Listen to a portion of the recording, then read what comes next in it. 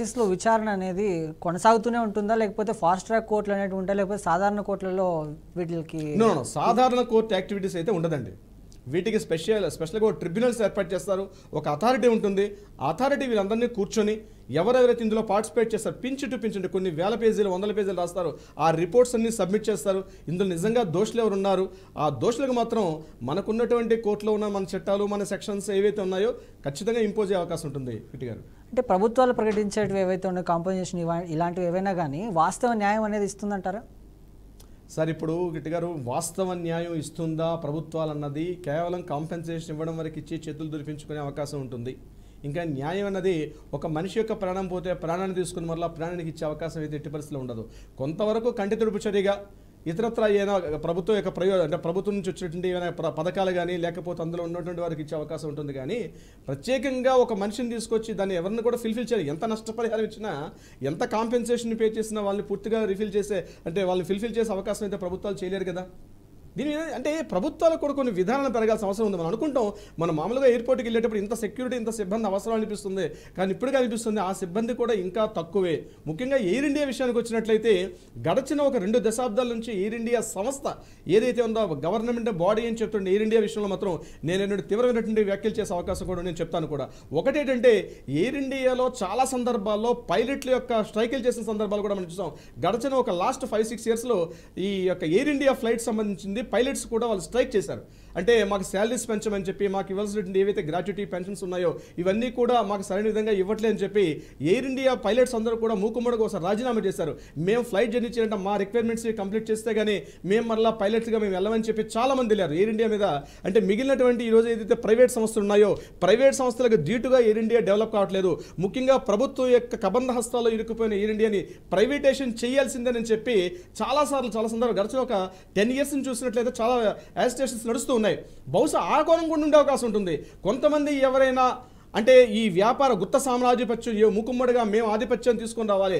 So ఇటువంటి incident ఏదైనా జరిగితే అంటే నేను 2 విషయాలు మాట్లాడుతున్నాను. ఒకటి ఫస్ట్ కుట్రకోణం గురించి మాట్లాడాను, ఉగ్రవాద కార్యకలాపాలు ఏమైనా జరిగాయి. రెండోది అంతర్గతంగా నేను చెప్తున్నాను మన ఇంటర్నల్ వ్యవస్థలో కూడా అంటే ఇంటర్నల్ మన పౌర విమానయాన శాఖ మంత్రి అత్యంత కొంత బాధాకర విషయం ఏంటంటే మన పౌర విమానయాన శాఖ మంత్రి కూడా మన తెలుగువారే. అతను కూడా రామ్మోహన్ రెడ్డి గారు అంటే శ్రీకాకుళం జిల్లా ఎంపీ గారు ప్రెసిడెంట్ ఉన్నటువంటి విమానయాన శాఖ మంత్రి ఆయన. అంటే ఒక తెలుగువాడిగా ఉండడం మనందరం ఒక బాధాకరమే. అంటే ఒక విమానయాన శాఖ మంత్రిగా ఉండి ఇటువంటి దుర్ఘటన జరగడం కొంత బాధాకరమైన విషయమే. అయితే ఇక్కడ అంతర్గత కారణాలు కూడా లేకపోలేదు. నాకున్నటువంటి నా అంచనా ప్రకారం ఏంటంటే పౌర విమానయాన శాఖలో ముఖ్యంగా ఎయిర్ ఇండియాని ప్రైవేటైజేషన్ చేసేయండి అని చెప్పి గడిచిన కొన్ని సంవత్సరాలుగా ఒక రకమైన యాజిటేషన్ వస్తూ ఉంది. అంటే కొంతమంది వ్యక్తులు భారతదేశంలో కొంతమంది బడా వ్యాపారవేత్తలు కొంతమంది ఈ యొక్క సంస్థని పూర్తిగా ప్రైవేటైజేషన్ చేసేయండి, ఎయిర్ ఇండియాని ప్రైవేటైజేషన్ చేసి ప్రైవేట్ సంస్థకు అమ్మేసేయండి అంటే లేదు ప్రైవేటైజేషన్ కాకుండా పూర్తిగా గవర్నమెంట్ యొక్క అదుపార్జనలో ఉండాలని చెప్పి మరికొంతమంది ఎయిర్ ఇండియాని వ్యతిరేక అంటే రకరకాలుగా అంటే 2 రకాల గ్రూపులుగా విడిపోయారు ఎయిర్ ఇండియాలో. ఎయిర్ ఇండియా మొన్నటి వరకు ఉండేది కానీ ఇప్పుడు చాలా వరకు నాకు తెలిసి 32-35% ఆల్రెడీ ప్రైవేటైజేషన్ జరిగిపోయింది. అంటే పైలట్స్ యొక్క నియామకాలు కానీ ఒకప్పుడు ఎయిర్ ఇండియాలో పైలట్స్ అంటే పూర్తిగా ప్రభుత్వమే వాళ్ళని రిక్రూట్మెంట్ చేసుకోవడం గవర్నమెంట్ ఎంప్లాయ్గా ఫీల్ అయ్యేవారు. కానీ రీసెంట్గా ప్రైవేటైజేషన్ జరిగింది ఎయిర్ ఇండియాలో. ప్రైవేటైజేషన్ జరిగిన తర్వాత వీళ్ళు ఏం చేసుకుని ఎండార్స్ చేసుకుంటారు పైలట్స్ని కూడా బయట నుంచి వాళ్ళు కొంత పేమెంట్ తీసుకొని అక్కడ తీసుకొని రావడం కూడా జరుగుతుంది. డైరెక్ట్గా పైలట్స్ కూడా ఫుల్ టైం అంటే ఫుల్ ఫిల్డ్ ఉన్న టీం కాదు, వేరే సంస్థల్లో పనిచేస్తున్న వాళ్ళకి పార్ట్ టైం జాబ్ చేసే వాళ్ళు కూడా ఉన్నారు. నిజంగా అక్కడ వచ్చేట్టు ఈరోజు ఈ సంఘటన జరిగిన ఎవరైతే పార్టిసిపేట్ చేసినట్టు పైలట్స్ వీళ్ళు నిజంగా పైలట్స్ అయినా శిక్షణ పూర్తిగా పొందారా లేదా, వాళ్ళకి టెక్నికల్ పారామీటర్ ఒకప్పుడు ఎలా ఉంటుందంటే కిట్ గారు ఒక ప్రభుత్వ సంస్థ అన్నా లేకపోతే ప్రభుత్వానికి సంబంధించినటువంటి ఏదైనా యాక్టివిటీ అంటే ఒక నిబ్బరం ఉంటుంది. ఇప్పుడు ఎల్కేజీ సీట్లో కుర్రాన్ని జాయిన్ చేయాలంటే మనం ప్రైవేట్ స్కూల్ చూస్తాం కానీ గవర్నమెంట్ స్కూల్లో మన పిల్లాన్ని ఎల్కేజీలోనో క్లాస్ 1లోనో క్లాస్ 2లో చేయాలంటే మాత్రం భయపడతాం. కానీ అదే ఐఐటీ విషయంలో చదవాలంటే మాత్రం తప్పనిసరిగా ఐఐటీ ఖరగ్పూర్ లేకపోతే ఐఐటీ కలకత్తా ఐఐటీ చెన్నైలో రావాలని కోరుకుంటుంది. ఎందుకంటే ప్రభుత్వ సంస్థలకు ఉన్నటువంటి ఆ యొక్క విశ్వసనీయత ఆ సమర్థత అలా ఉంటుంది. కానీ ఎయిర్ ఇండియా విషయానికి వచ్చినట్లయితే ఎయిర్ ఇండియాలో కంపల్సరీ ఏంటంటే ఒకప్పుడు ప్రభుత్వం యొక్క యంత్రాంగం ఉండేది, అంటే ప్రభుత్వం యొక్క అజమాయిషి ఉండేది. కానీ ఎప్పుడైతే ప్రభుత్వం యొక్క అజమాయిషి పెరిగిందో కాస్త ప్రతి వాడికి టేక్ ఇట్ ఈజీ పాలసీ ప్రతి వాళ్ళు కూడా అంటే ముఖ్యంగా మన రాజకీయవేత్తలు కొంతమంది బిజినెస్ మ్యాన్స్ వీళ్ళందరూ కూడా దాన్ని డిజైన్గా తీసుకున్నారు. ఎయిర్ ఇండియాని పూర్తిగా కలుషితం చేసేసారు. నేను ఒకటే మాట స్ట్రేట్గా చెప్తాను, ఎయిర్ ఇండియాని ఈ రకంగా భ్రష్టు పట్టించినటువంటి కొంతమంది రాజకీయవేత్తలు ఉన్నారు. నేను పేర్లు చెప్పడానికి ఇష్టపడను కానీ కొంతమంది కావాలని ఎయిర్ ఇండియాని పూర్తిగా డైల్యూట్ చేసేసారు, నిర్వీర్యం చేసేసారు ఎయిర్ ఇండియాని. ఈరోజు ఎయిర్ ఇండియాలో ఇటువంటి సంఘటన జరిగిందంటే రేపు రాబోయే రోజుల్లో ఎయిర్ ఇండియా ఫ్లైట్ ఎవరు ఎక్కకూడదు. బోయింగ్ అంటే ఇట్స్ నాట్ చిన్న ఫ్లైట్ అండి, మోర్ దాన్ 250 to 300 మెంబర్స్ ఒకే ఫ్లైట్లో కూర్చుంటారు. కొన్ని సందర్భాలు ఇది యాక్చువల్గా బోయింగ్ 787 ఫ్లైట్ ఇది. కొన్ని సందర్భాల్లో బోయింగ్లో ఒకేసారి 500 మెంబర్స్ కూడా ఉండే అవకాశం ఉంటుంది. ఎయిర్ ఇండియాలో ఇటువంటిది కానీ జరిగితే తప్పనిసరిగా రాబోయే రోజుల్లో ఎయిర్ ఇండియా అనేది పూర్తిగా జీరో స్టేజ్కి వచ్చేస్తుంది. ఎయిర్ ఇండియాను పూర్తిగా వేరే ప్రైవేటేషన్ చేయాలనుకుంటున్నారా? బహుశా ఈ సంఘటన వెనకాల అటువంటి ఏమైనా కార్యకలాపాలు, అటువంటి ఏమైనా యత్నాలు ఉండే అవకాశం కూడా ఉంటుందా అంటే ఆ రకంగా కూడా ఆలోచించే అవకాశం ఉంటుంది. ఎందుకంటే ఇంత టెక్నాలజీ పెరిగిన సమయంలో ఏదో ఆ పైలట్కి కమ్యూనికేషన్ అర్థం కాలేదనో, ఇన్ఫర్మేషన్ అర్థం కాలేదు. ఎందుకంటే ఒకసారి ఫ్లైట్ మూవ్మెంట్ అవుతున్నప్పుడే పూర్తి అన్ని టెక్నికల్ పారామీటర్స్లో ఏ వింగ్కి ఆ వింగ్కి అన్ని చూసుకొని బయలుదేరుతారు. మామూలుగా చిన్న డొమెస్టిక్ ఫ్లైట్కి అన్ని రకాల జాగ్రత్తలు తీసుకున్న సందర్భంలో ఇటువంటి ఒక ఇంటర్నేషనల్ ఫ్లైట్ వెళ్ళేటప్పుడు కనీస జాగ్రత్తలు లేకుండా వెళ్తారా అంటే అక్కడ మనకు డౌట్ వస్తుంది. అంటే ఖచ్చితంగా ఒకటి నేను చెప్పడం అంటే అంతర్జాతీయంగా ఉన్నటువంటి పాకిస్తాన్ కానీ టర్కీ లాంటి దేశాలతో ఏదైనా కుట్రకోణం ఉండే అవకాశం ఒక పాయింట్గా మాట్లాడుకుంటే, రెండవ పాయింట్ మన భారతదేశంలో ఎయిర్ ఇండియాని పూర్తిగా ప్రైవేటేషన్ చేయాలని ఎవరైతే భావిస్తున్నారో దీనిలో ఇంత అంతర్గతంగా మన మధ్య ఉన్నటువంటి కొంతమంది బడా వ్యాపారవేత్తలు, కొంతమంది ఈ దేశంలో ఈ ఎయిర్ ఇండియాని పూర్తిగా కొనేద్దాం, ఎయిర్ ఇండియాని పూర్తిగా కబ్జా చేద్దాం, ఎయిర్ ఇండియాని పూర్తిగా ప్రైవేటైజేషన్ చేసి తమ గుప్పెట్లో పెట్టుకుందాం అని కొంతమంది చేస్తున్నట్టు కుహానా ప్రయత్నాలు జరిగిందా? ఒకవేళ ఆ ప్రయత్నాలు అంటే ఏమవుతుంది, నెక్స్ట్ ఎయిర్ ఇండియా అంటే భయపడే అవకాశం వస్తుంది. చాలా ప్రైవేట్ సంస్థలు ఉన్నప్పటికీ కూడా అందులో ఎక్కడ ఇటువంటి కనీసం వచ్చిన ఇన్సిడెంట్ కూడా బయటకు రాదు. కానీ ఎయిర్ ఇండియాలో తుమ్మితే ఎక్కడో ఆకాశం బల్లున పగిలిపోయిన వార్తలు మనం గడిచిన కొన్ని సంవత్సరాలుగా మనం చూస్తున్నాం. బహుశా ఖచ్చితంగా అది కూడా జరిగే అవకాశం కూడా ఉంటుంది. ఏదేమైనప్పటికీ కూడా ఇటువంటి జరగకూడదు, జరిగింది.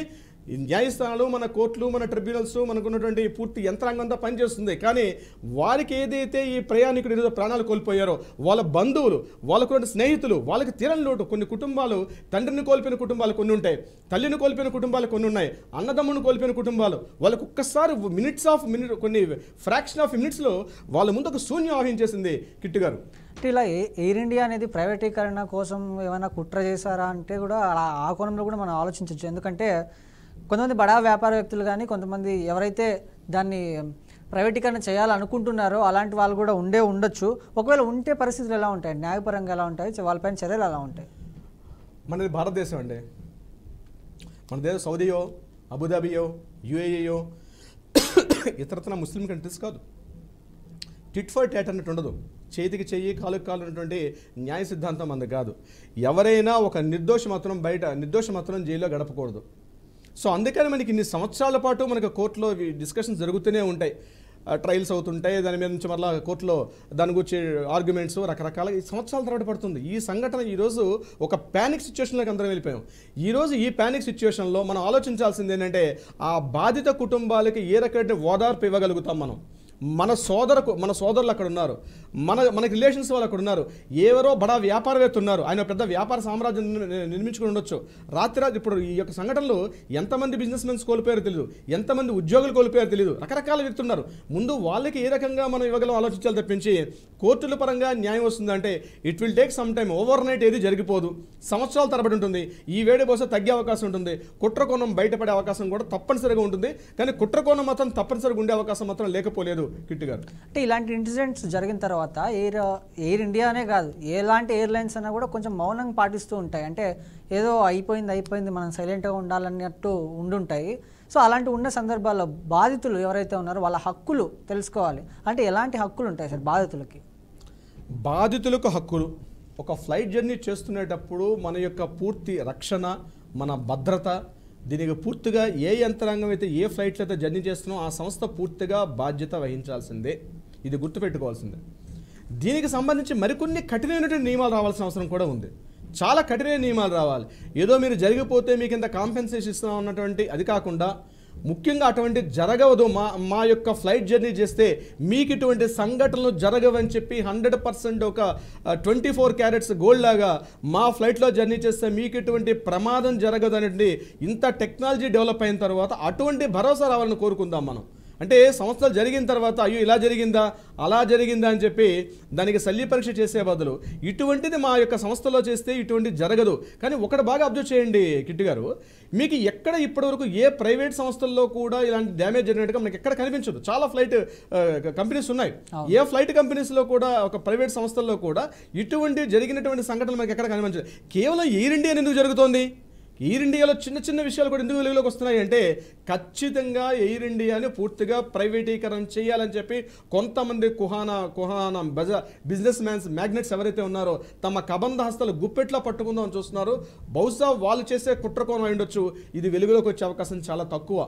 ఎందుకంటే ఇలా గట్టిగా మాట్లాడితే అది అవునా కాదో తెలియదు మనకి. న్యాయస్థానంలో కోర్టులు విచారణ పేరుతో సంవత్సరాల తరబడి పొడిగిస్తారు తప్పించి సరైన బాధితులకు న్యాయం జరుగుతుందా జరగదా అంటే అది మాత్రం పెద్ద బిగ్ క్వశ్చన్ మార్క్ అయితే ఉంటుంది కిట్టు గారు. అంటే ఈ